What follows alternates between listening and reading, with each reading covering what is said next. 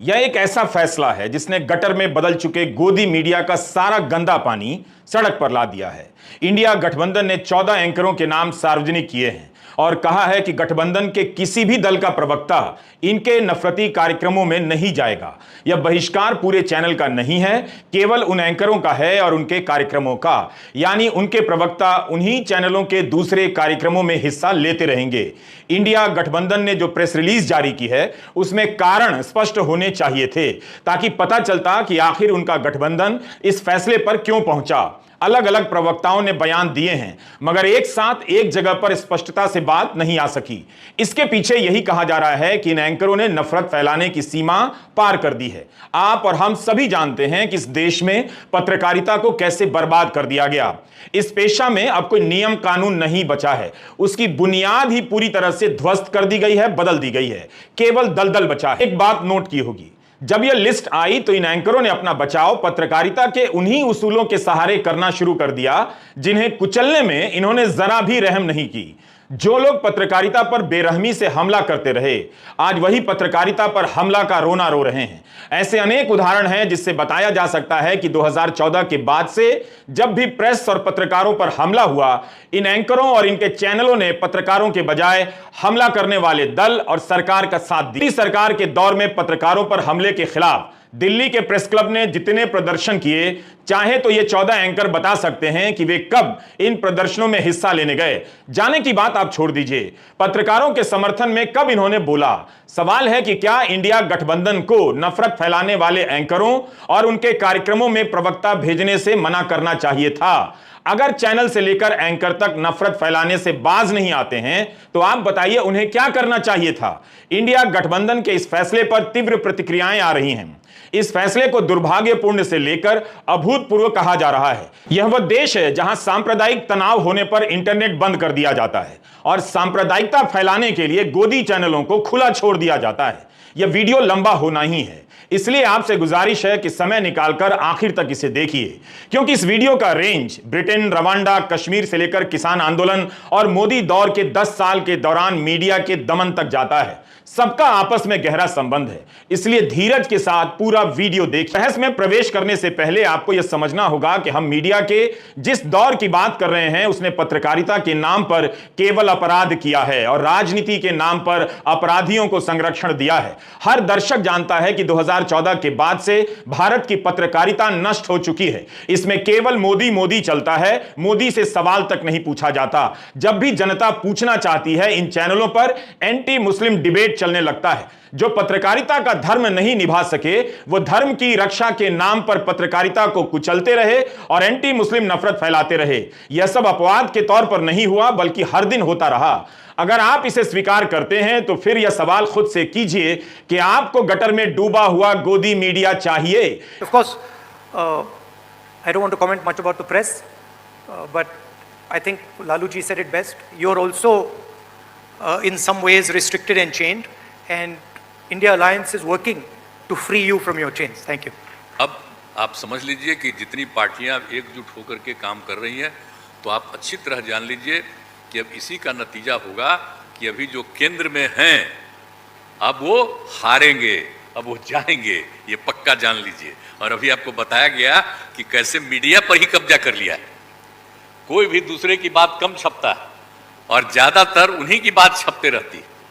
कितना काम पहले हुआ है, अलग अलग राज्यों ने कितना काम किया है, दूसरे दूसरे पार्टियों ने, उसका कम छपता है। ये कम करते हैं और ज्यादा छपता रहता है। तभी तो आप लोगों पर कब्जा न है जी, तब तो उपाय है। और जब एक बार उनसे मुक्ति मिलेगी तो आप सब प्रेस वाले आजाद होइएगा और जो आपको उचित लगेगा वही लिखिएगा और वही बोलिएगा। ये बहुत जरूरी है। अगर प्रेस के लोग कुछ लिखते हैं, कहीं क्या काम हो रहा है, क्या ठीक नहीं हो रहा है, वो जब लिखते हैं तो उसका असर जनता पर कितना पड़ता है। और आजकल देख रहे हैं कोई काम नहीं कर रहे हैं, खाली उनका बड़ाई हो रहा है। गठबंधन ने अचानक फैसला नहीं लिया।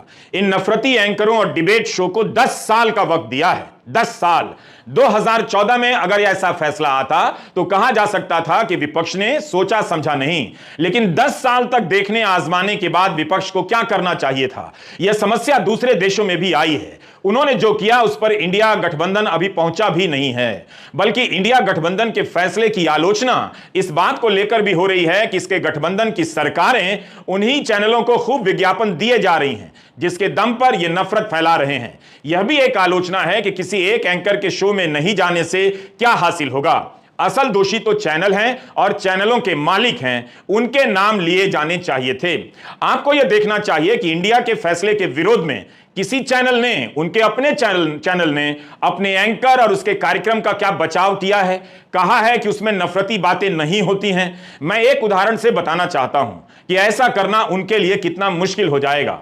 14 एंकरों में एक नाम है अमन चोपड़ा का। क्या टीवी 18 ने अपने बयान में कहा है कि अमन की पत्रकारिता अमन के लिए हो रही है, नफरत के लिए नहीं हो रही। मेवात नूह की सामुदायिक घटना पर 31 जुलाई को टीवी 18 चैनल के अमन चोपड़ा अपने कार्यक्रम में परमानेंट इलाज की बात करने लगे। यह ठीक उसी समय की बात है जब चलती एक्सप्रेस गाड़ी में आरपीएफ के जवान चेतन सिंह ने अपने सीनियर समेत 3 मुसलमानों को चिन्हित कर गोली मार दी थी। जब पत्रकार राहुल देव ने इस पर इन्हें टोका और याद दिलाया कि फाइनल सोल्यूशन की बात नाजी जर्मनी में की गई थी, तब भी यह एंकर अपनी बात पर टिका रहा और साफ करता रहा कि परमानेंट इलाज से उसका इरादा वही है जिसकी बात राहुल देव कर रहे थे। क्या इस एंकर के शो में विपक्ष को जाना चाहिए? किसी को भी जाना चाहिए जहां उन शब्दों और प्रतीकों का इस्तेमाल होता है जो ऐतिहासिक रूप से नरसंहार से जुड़े हुए हैं। अगर आप केवल भाषा के हिसाब से इन चैनलों का विश्लेषण करेंगे तो डर लगना चाहिए। इंडिया गठबंधन के प्रमुख दल कांग्रेस के नेता राहुल गांधी ने 3000 किलोमीटर से अधिक की पैदल यात्रा की। भारत जोड़ो यात्रा के दौरान मीडिया के इस नफरती अभियान पर बोलते रहे। तो क्या यह सवाल राहुल गांधी से नहीं बनता, उनकी पार्टी से नहीं बनता है कि आप इस नफरत को रोकने के लिए क्या करेंगे? यह कैसे हो सकता है कि उस दल का नेता नफरत के खिलाफ पैदल चल रहा हो और उसके प्रवक्ता कुर्सी लगाकर नफरती डिबेट में हिस्सा ले रहे हों और उस डिबेट को मान्यता दे रहे हों? मगर इनके जो चैनल हैं ये भी नफरत फैलाने का काम करते हैं। 24 घंटा हिंदू मुस्लिम, हिंदू मुस्लिम, हिंदू मुस्लिम, हिंदू मुस्लिम, हिंदू मुस्लिम। यह सच्चाई नहीं है भाइयों बहनों। मैं चला हूं कन्याकुमारी से यहां तक, यह सच्चाई नहीं है। यह मीडिया में चलाया जाता है, फैलाया जाता है। तो सवाल उठता है, क्योंकि ये नहीं कर रहे हैं, इनके पीछे जो शक्ति है, इनके पीछे जो शक्ति है वो कर रही है। सच तो यह है कि आलोचना विपक्ष के प्रवक्ताओं की होने लगी थी कि वे नफरत फैलाने वाले कार्यक्रमों में क्यों जाते हैं। अब जब उन्होंने कह दिया कि हम इन 14 पत्रकारों के कार्यक्रम में नहीं जाएंगे तो यह पत्रकारिता पर हमला कैसे है? नफरत फैलाने वाले इन एंकरों का कई साल का रिकॉर्ड है, एक दिन की बात नहीं है। एक सवाल उठता है कि क्या सार्वजनिक रूप से नाम प्रकाशित करने चाहिए थे, इन्हें चुपचाप करना चाहिए था? मगर इससे क्या हासिल हो जाता? जनता को कारण पता चलना चाहिए था। अगर चुपचाप करते तो जनता को कारण पता नहीं चलता। बीजेपी के सांसद निशिकांत दुबे, अभिसार और रोहिणी सिंह का नाम लोकसभा में ले रहे थे, चीन से पैसा लेने के आरोप लगा रहे थे। क्या उन्हें ऐसा करना चाहिए था? तमाम एजेंसियों से लैस सरकार से जुड़े सांसद इस तरह से पहचान कर रहे थे। क्या कभी ने अभिसार और रोहिणी की मानसिक स्थिति के बारे में सोचा? 14 में से कुछ एंकरों ने तो बाकायदा उस पर शो किया, नाम लेकर बिना सबूत आरोप लगाए। क्या तब इन 14 में से किसी ने कहा कि ऐसा करना पत्रकारिता पर हमला है? वे खुद भी तो पत्रकारिता पर हमला करते रहे हैं। उसने एक सूची जारी की कि हम इनके कार्यक्रम में नहीं जाएंगे, तो वह पत्रकारिता पर हमला बताया जा रहा है। उन एंकरों को कुछ भी बोलने से किसी ने नहीं रोका है, ना पुलिस की धमकी दी है, बस उनके बोलने का विरोध किया है और खुद को अलग किया है। कौन नहीं जानता कि इन चैनलों और एंकरों के पास भी एक सूची है कि किस किस को नहीं बुलाना है। ये खुद सेंसर करते हैं। अखबार अब कई विद्वानों के लेख नहीं छापते। 2014 के बाद ऐसे कई विद्वानों और जानकारों को चैनलों ने भी बुलाना बंद कर दिया जो पहले बुलाए जाते थे। कई विद्वानों ने खुद से इन डिबेट शो में जाना बंद कर दिया। यह उनका निजी फैसला है, मगर राजनीतिक दल चोरी छिपे ये काम क्यों करें? क्या एक गठबंधन निजी तौर पर फैसला ले सकता था? तब भी तो यह बात सामने आती, तो क्यों ना सूची ही जारी कर दी जाए। यही नहीं, 2022 में मुस्लिम पर्सनल लॉ बोर्ड ने भी इस्लामिक विद्वानों और मौलानाओं से अपील की कि इस तरह के नफरती कार्यक्रमों में ना जाएं, इसे बढ़ावा ना दें। तो क्या नफरती कार्यक्रमों में नहीं जाना पत्रकारिता पर हमला है? वैसे इन चैनलों को आज भी और अभी भी विपक्ष की सरकारों से विज्ञापन मिल रहे हैं। अगर विपक्ष इनकी पत्रकारिता पर हमला कर रहा है तो इन चैनलों ने आगे आकर क्यों नहीं कहा कि हम पत्रकारिता पर हमला करने वालों से एक नया पैसा विज्ञापन नहीं लेंगे। पत्रकारिता पर हमला करने वालों से ये विज्ञापन क्यों ले रहे हैं, क्यों नहीं मना कर रहे हैं? सवाल है कि क्या सांप्रदायिकता का विरोध करना पत्रकारिता पर हमला है? आज की तारीख में मीडिया सांप्रदायिकता का सबसे बड़ा फ्रंट है।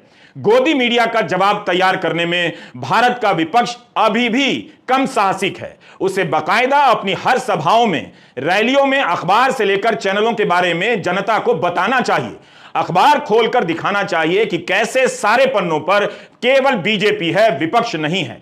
चैनलों को चलाकर रैलियों में दिखाया जाना चाहिए कि कैसे पत्रकारिता को बर्बाद कर दिया गया ताकि आम जनता की आवाज उसके जरिए सरकार तक ना पहुंचे। आखिर विपक्ष जनता के बीच क्यों नहीं जा रहा है? क्या जनता को मालूम नहीं कि ये सारे एंकर और चैनल केवल विपक्ष विरोधी नहीं हैं, जनता के भी विरोधी हैं? प्रवक्ता नहीं जाएंगे। जिस तरह से ये पहले भी एक तरफा कार्यक्रम करते थे, अब भी कर सकते हैं, बस इन्हें मुर्गा लड़ाने का मौका नहीं मिलेगा। इसी तरह के नफरती टीवी कार्यक्रमों के खिलाफ ब्रिटेन में भी स्टॉप फंडिंग हेट नाम से अभियान चला। इसकी वेबसाइट खोलते ही आपको यह एनिमेशन दिखेगा कि बूंद बूंद कर हमारे समाज में नफरत बेच रही हेडलाइन जहर के बीज बो रही है। हेट क्राइम बढ़ रहे हैं। अगर आप इसे रोकना चाहते हैं तो एक ही रास्ता है, प्रेस अपना बाजार चलाने के लिए नफरत और विभाजन का इस्तेमाल करता है और इसके लिए पैसा विज्ञापन से मिलता है। विज्ञापन देने वालों को इस बात से फर्क पड़ता है कि हम उनके बारे में क्या सोचते हैं। अगर वो ऐसे अखबारों को विज्ञापन दे रहे हैं जो नफरत, पूर्वाग्रह और झूठ फैलाते हैं तो हम उन्हें चिन्हित करेंगे, इस बात का प्रचार करेंगे, क्योंकि आप जितना प्रचार करेंगे उतना ही नफरत को कीमत चुकानी होगी। और जब विज्ञापन देने वाले अपने विज्ञापन कम कर देंगे तब नफरत छापना बंद हो जाएगा। इनके कैंपेन के बाद कई कंपनियों ने विज्ञापन देना बंद कर दिया। लड़ना कब से पत्रकारिता पर हमला हो गया है? जब पत्रकारिता अपराधी की तरह हमला करने लगे, अपराध की भाषा बोलने लग जाए तो क्या उसे ऐसा करने की छूट मिलनी चाहिए? इसी जुलाई में एमके वेणु ने द वायर में एक लेख लिखा। उसके अनुसार सूचना एवं प्रसारण मंत्रालय ने करीब 1 दर्जन प्राइम टाइम एंकरों समेत प्रमुख संपादकों से मीटिंग की। विषय था कि क्या धार्मिक और सांप्रदायिक उन्माद वाले डिबेट के टोन को कुछ कम किया जा सकता है।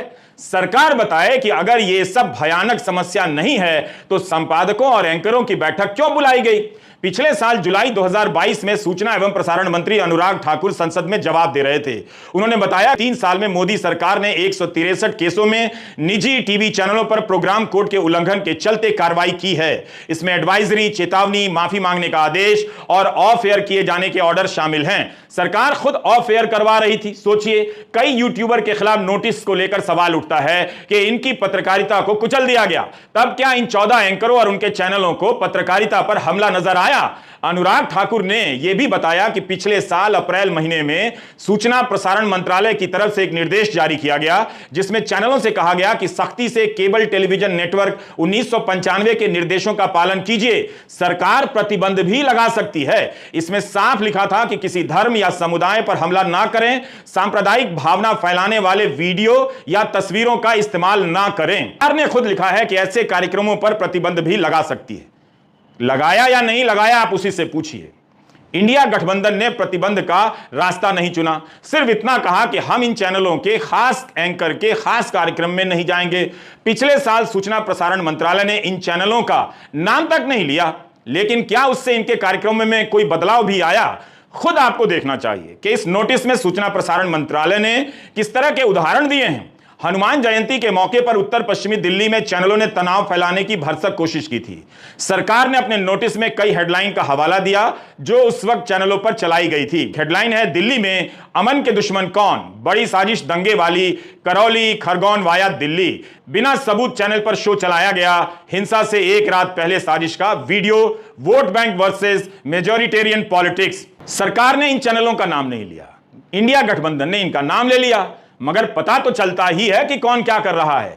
विपक्ष ने 10 साल के बाद यह फैसला लिया है, याद रखिएगा। इस दौरान इन चैनलों के कार्यक्रमों को लेकर तमाम आलोचनाएं दुनिया भर में छपी हैं, बहस हुई है, अदालत तक ने गंभीर टिप्पणी की है, मगर इन पर कोई असर नहीं पड़ा।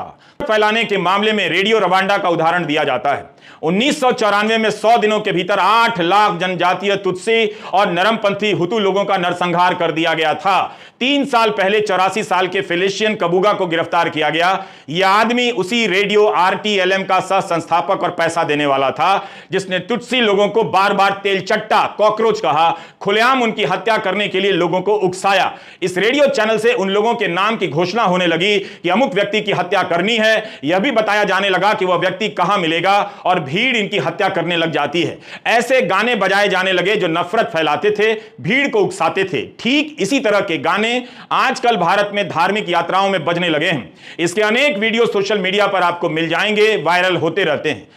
साथियों, रोज शाम को 5 बजे कुछ चैनल्स पर नफरत का एक बाजार सजाया जाता है।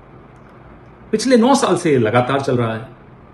उस बाजार में अलग अलग पार्टीज के प्रवक्ता जाते हैं, कुछ विशेषज्ञ जाते हैं, कुछ विश्लेषक जाते हैं, लेकिन हम सब नफरत के उस बाजार में ग्राहक बनकर जाते हैं। हमें नफरत मुक्त भारत की दिशा में एक कदम उठाना था। आप हमारे नेताओं के खिलाफ हेडलाइन बनाते हैं, उनकी मीम्स बनाते हैं, उनके भाषणों को ट्विस्ट करते हैं, आप फेक न्यूज फैलाएं, कुछ भी करें, हम जूझने को तैयार हैं, लड़ने को तैयार हैं, आज तक लड़ते ही आए। लेकिन समाज में अगर आप नफरत पैदा करेंगे और वो भी ऐसी नफरत जो कि हिंसा का रूप ले ले, हम उसमें भागीदार नहीं रहेंगे। बड़े भारी मन से निर्णय लिया गया। We are not opposed to any of these anchors. We do not hate any of these anchors, but we love our country more. हमें भारत से मोहब्बत है, इसलिए हमें इस नफरत की दुकान को बंद करने की दिशा में अपनी तरफ से जो हो सके वो करना होगा। यही सोचकर हमारे इंडिया अलायंस के तमाम सदस्यों ने यह निर्णय लिया कि हम इन नफरत के बाजारों में नहीं, ग्राहक बनकर नहीं जाएंगे। उम्मीद है आने वाले दिनों में वक्त बदलेगा, स्थिति बदलेगी। इन एंकर्स को भी यह आभास होगा कि आने वाली पीढ़ी इनसे पूछेगी, इनसे सवाल पूछेगी, तब इनके पास क्या जवाब होगा। से लोकतंत्र को पत्रकारिता के नाम पर रेडियो रवांडा चाहिए, यह फैसला आपको करना है। सितंबर 2022 में सुप्रीम कोर्ट ने कहा कि टीवी एंकर का रोल यह सुनिश्चित करने में अहम है कि उनका डिबेट कार्यक्रम हेट स्पीच में ना तब्दील हो।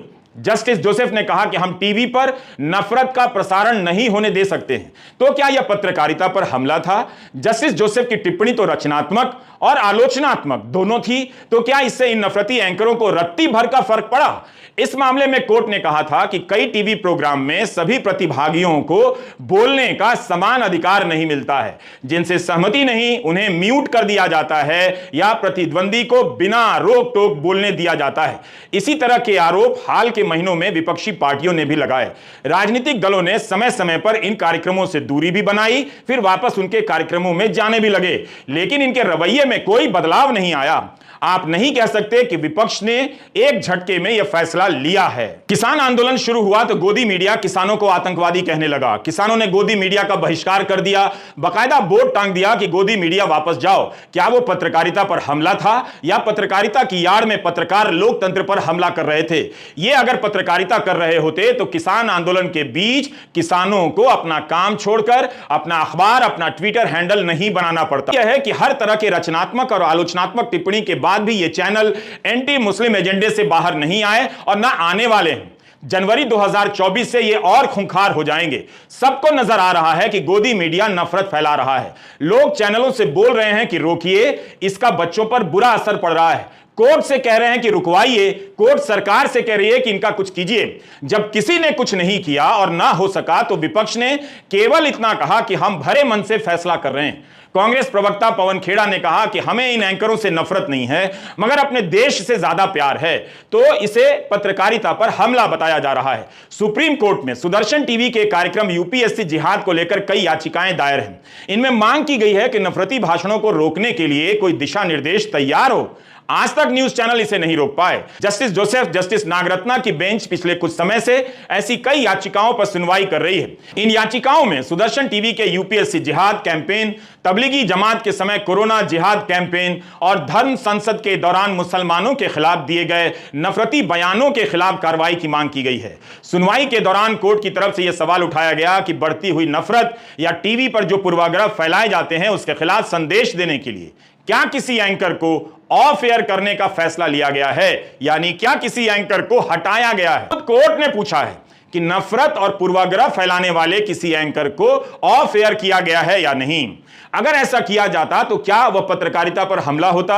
सूचना प्रसारण मंत्री अनुराग ठाकुर इस बहस में कूद गए हैं, जबकि उनका काम यह बताना है कि उनके मंत्रालय ने सांप्रदायिक होती इन बहसों को रोकने के लिए क्या ठोस कदम उठाए। खुद अनुराग ठाकुर पर हेट स्पीच के एक मामले में एफआईआर दर्ज करने को लेकर सुप्रीम कोर्ट में याचिका दायर है। आप सब पत्रकार बैठे हैं यहां पर, और आपके माध्यम से और टीवी के कैमरे के माध्यम से मैं करोड़ों पत्रकारों से आज सवाल पूछता हूं, क्या ये जो 14 नाम लिखे गए हैं ये बॉयकॉट के नाम है या ये टारगेट लिस्ट है?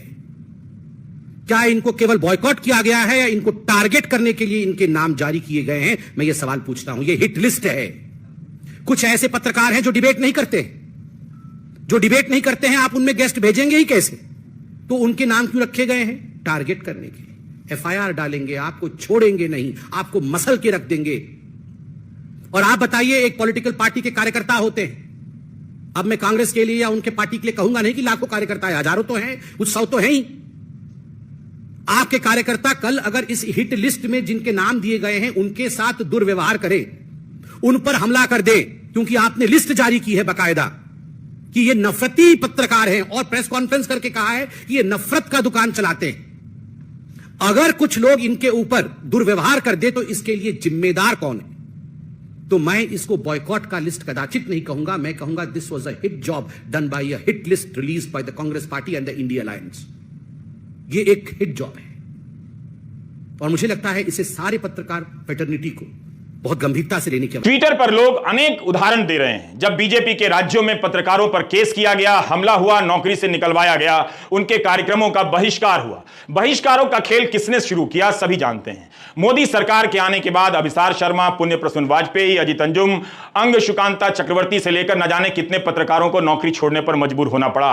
इनमें कई बेहतरीन महिला पत्रकार भी हैं। अखबारों से भी पत्रकारों को निकाल दिया गया जो पत्रकारिता करना चाहते थे, कर रहे थे। क्या तब पत्रकारिता पर हमला नहीं हुआ? क्या अनुराग ठाकुर इस पर बोल सकते हैं और बीजेपी के इस बयान को ट्वीट कर सही ठहरा सकते हैं, जब बीजेपी ने बाकायदा प्रेस रिलीज जारी कर अदानी पूर्व एनडीटीवी के बहिष्कार को सही ठहराया था। मार्च 2014 को भाजपा ने प्रेस रिलीज जारी कर एनडीटीवी के बहिष्कार की घोषणा की थी। चैनल ने एक ट्वीट किया था जिसमें भाषा की त्रुटि के कारण गलत संदेश जा रहा था। चैनल ने अपने ट्वीट के लिए दर्शकों से माफी मांगी। फिर भी प्रेस नोट में भाजपा ने कहा कि पार्टी को नुकसान पहुंचाने के लिए एक चैनल द्वारा इस प्रकार का ट्वीट अप्रत्याशित है, इसलिए फिलहाल भाजपा सभी पैनल डिस्कशन से दूर रहेगी। बीजेपी इंडिया गठबंधन के फैसले को पत्रकारिता पर हमला बता रही है। बीजेपी बताए कि पत्रकार सिद्दीक कप्पन को करीब 2 साल तक जेल में रखा गया, तो क्या वह पत्रकारिता पर हमला नहीं था? सिद्दीक कप्पन पर 5,000 रुपए की मनी लॉन्ड्रिंग का केस बनाया गया। 5,000। भाजपा ने प्रेस रिलीज जारी कर एनडीटीवी के बहिष्कार की घोषणा की थी। चैनल ने एक ट्वीट किया था जिसमें भाषा की त्रुटि के कारण गलत संदेश जा रहा था। चैनल ने अपने ट्वीट के लिए दर्शकों से माफी मांगी। फिर भी प्रेस नोट में भाजपा ने कहा कि पार्टी को नुकसान पहुंचाने के लिए एक चैनल द्वारा इस प्रकार का ट्वीट अप्रत्याशित है, इसलिए फिलहाल भाजपा सभी पैनल डिस्कशन से दूर रहेगी। अब वही बीजेपी इंडिया गठबंधन के फैसले को पत्रकारिता पर हमला बता रही है। बीजेपी बताए कि पत्रकार सिद्दीक कप्पन को करीब 2 साल तक जेल में रखा गया, तो क्या वह पत्रकारिता पर हमला नहीं था? सिद्दीक कप्पन पर 5,000 रुपए की मनी लॉन्ड्रिंग का केस बनाया गया। 5,000।